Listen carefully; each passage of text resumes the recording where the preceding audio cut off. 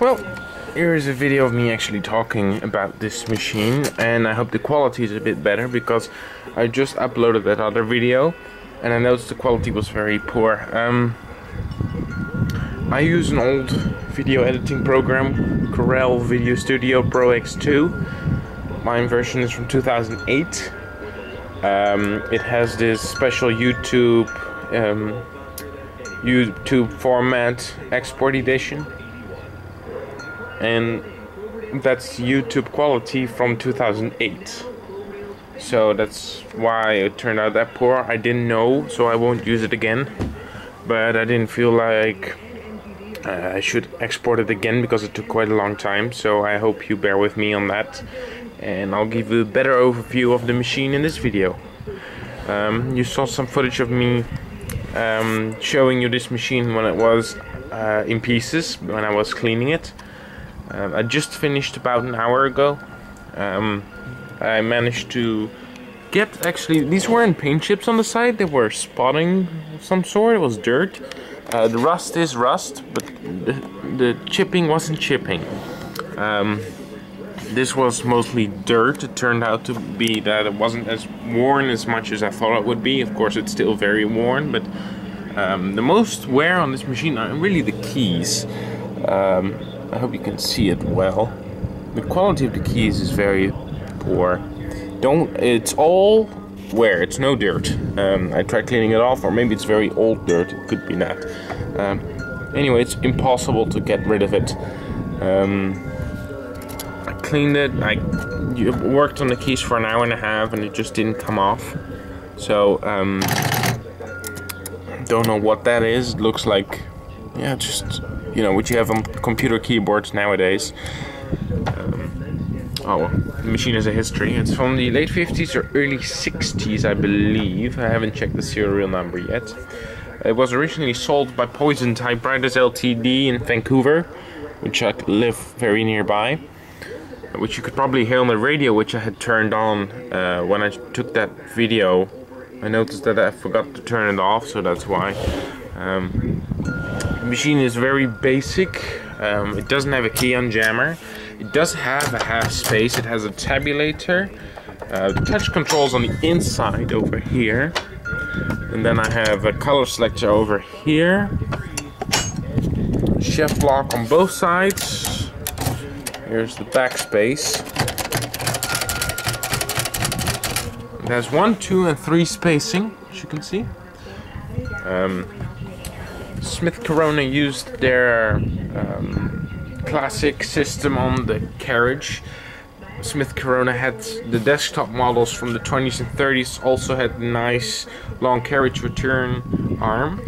This one still has that, but a more significant detail that Smith Corona has, especially the desktop models, that stayed with their throughout different generations, is how you remove the plate. Now, on the 1930s Secretarial model, that would be a early 30s Smith Corona Secretarial, that would be a big blocky cast iron black machine, and you would have 2 sliders on each side.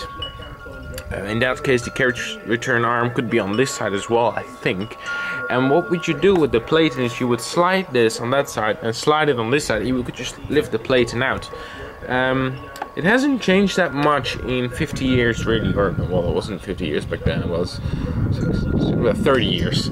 It's still pretty much the same. You push this lever up and you lift one side of the plate and out, and you lift the other side up, and you carry the whole thing out. As you can see, it's still the same system. It's quite extraordinary that you can keep something like that going throughout the same system for such a long time. Is that going in or not? No, it isn't. There we go. Like I said, the machine works fine. I cleaned the inside. I removed most of the rust.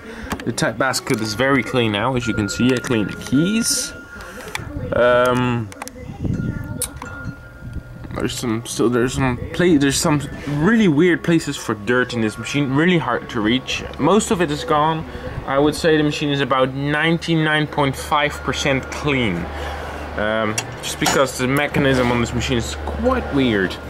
The back panel comes off very easily. It's mostly just using a screwdriver. So if I can show you that, maybe we can have a peek inside as well. Don't know if this is the way to do it. I don't think so. I gotta do this with 2 hands, just a second. There we go. So the back panel comes off like this. It should be. There. That's one side. That's the second side. We can have a look inside. The inside's clean. As you can see, this is the tab mechanism behind this structure. This is the half space engager. This behind here is the tension drum, and what you see in front of there is a pulley so you can tighten the spring. The only thing is it's jammed solid for some reason.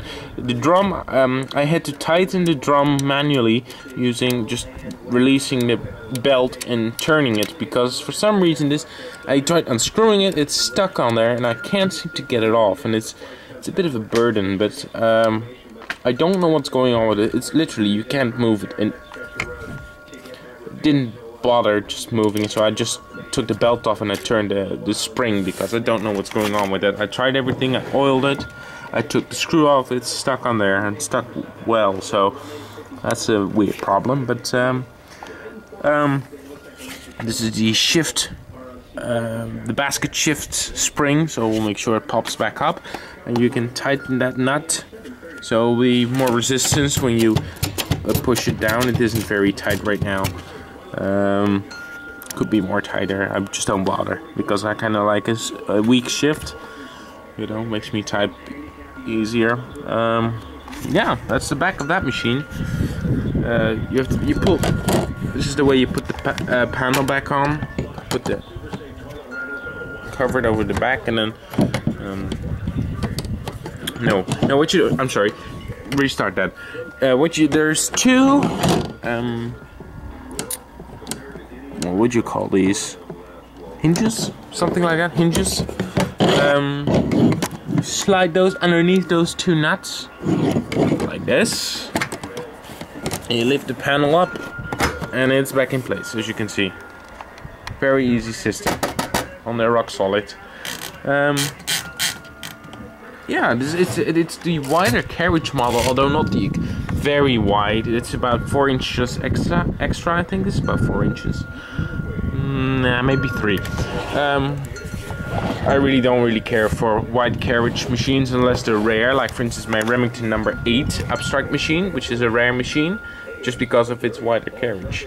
But I get wide carriage machines a lot, and they take up a lot of room.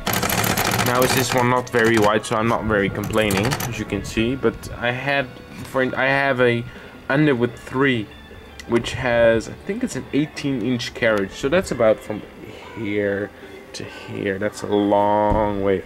And I had 3 KMMs, of which all of them had a wide carriage. 2 of them had, I think, 14-inch, and the last one I had, like the last one I ever got, was a 20-incher. So that was ridiculous, and I sold all of them. I sold one to a lady who was going to use it. She didn't want to use the computers, so I sold that to her for $100. Then I had one KMM, which was a 14-inch, was exactly the same as my other KMM, but was way more damaged. I sold that for $30 to it wasn't a scrapper. He was going to restore it, he said. And then the last one I got, I sold to a fella in university. So anyway, back to this machine. I seem to wander off very easily. It says SCM, Smith Corona Machines. This is the half space. Normal space. I don't think there's a difference. There's no difference. This is the yeah, this should be the where the ratchet releases from the platen, but that doesn't work either for some. I think the platen is actually could be rust, or it actually is gotten stuck to the ratchet system. This should move freely from that part. So, get the idea. Anyway, that's the video for now. I hope you enjoyed it. Thank you for watching. Bye bye.